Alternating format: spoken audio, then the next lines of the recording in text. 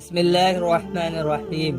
ایک مسجد میں ایک فقیر اعتکاف کی نیت سے جا کر بیٹھ گئے۔ پاس کوئی سامان کھانے پینے کا کچھ نہ تھا۔ مسجد کے امام صاحب نے ان کو نصیحت کی کہ یوں بنا کسی سامان سے مسجد میں بیٹھنے سے یہ اچھا تھا کہ کہیں مزدوری کرتے، پیٹ کا پالنا فرض ہے۔ فقیر نے ان کی بات کا کچھ جواب نہ دیا۔ انہوں نے دوسری دفعہ پھر یہی کہا، فقیر چپ ہو گئے۔ اس نے تیسری دفعہ پھر کہا، فقیر خاموش رہے۔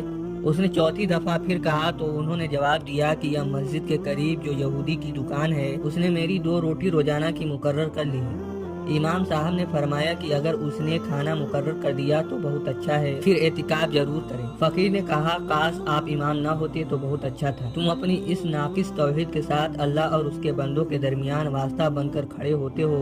ایک کافر یہودی کے وعدے کو تم نے اللہ تعالیٰ کے روزی کے وعدے پر بڑھا دیا۔ افسوس ہے تم پر اور تمہارے حال۔ واقعی سچ کہا، ہماری یہی حالت ہے کہ بندے کے وعدے پر تو ہمیں اطمینان ہے، اللہ کے وعدے پر نہیں ہے۔ اس آیت پر جو ذکر کی گئی انتہائی غور ہونا چاہیے اور زیادہ سے زیادہ اس کی کوشش ہونی چاہیے کہ صرف اللہ جل شانہ و تقدس پر ہی ہماری نگاہ ہو، اسی پر اعتماد ہو، اسی کی پاک ذات سے اپنا سوال ہو، اسی سے بھیک مانگی جائے، اس کے علاوہ کسی کے سامنے ہاتھ نہ پھیلے، بلکہ دل میں بھی کسی دوسرے کا خیال نہ آئے، بلکہ وہی پاک ذات اور صرف وہی پاک ذات اپنا وہی نفع اور نقصان کا مالک دل میں سمجھا جائے۔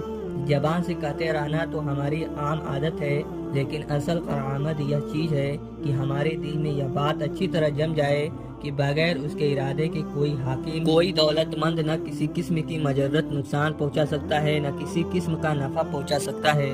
اور تھوڑا سا بھی غور کیا جائے تو بہت ہی کھلی ہوئی بات ہے کہ تمام دنیا کے دل صرف اسی کے قبضے میں ہیں۔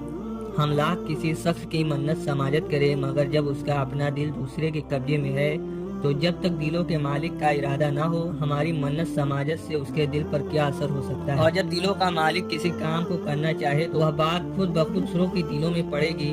ہم لاکھ بے نیازی اس کا دل اس کو خود مجبور کرے گا۔ بار بار جس کے دل میں خیال آئے گا، بغیر تحریک کے خیال آئے گا۔ اس لیے اگر اپنی حاجت مانگنے کا محل ہے تو صرف وہی پاک ذات ہے، اگر عاجز اور منت سماجت کرنے کی جگہ ہے تو اسی کا دربار ہے۔ ساری دنیا کے دل اس کے ارادے کے تابع ہیں، ساری دنیا کے خزانے اس کی ملک ہیں۔ یا اللہ محض اپنے فضل سے بنا استحقاق بلکہ استحقاق کے خلاف اس ناپاک کو بھی اس جوہر کا کوئی سامہ عطا فرما دے کہ تیری عطا کے واسطے استحقاق بھی شرط نہیں۔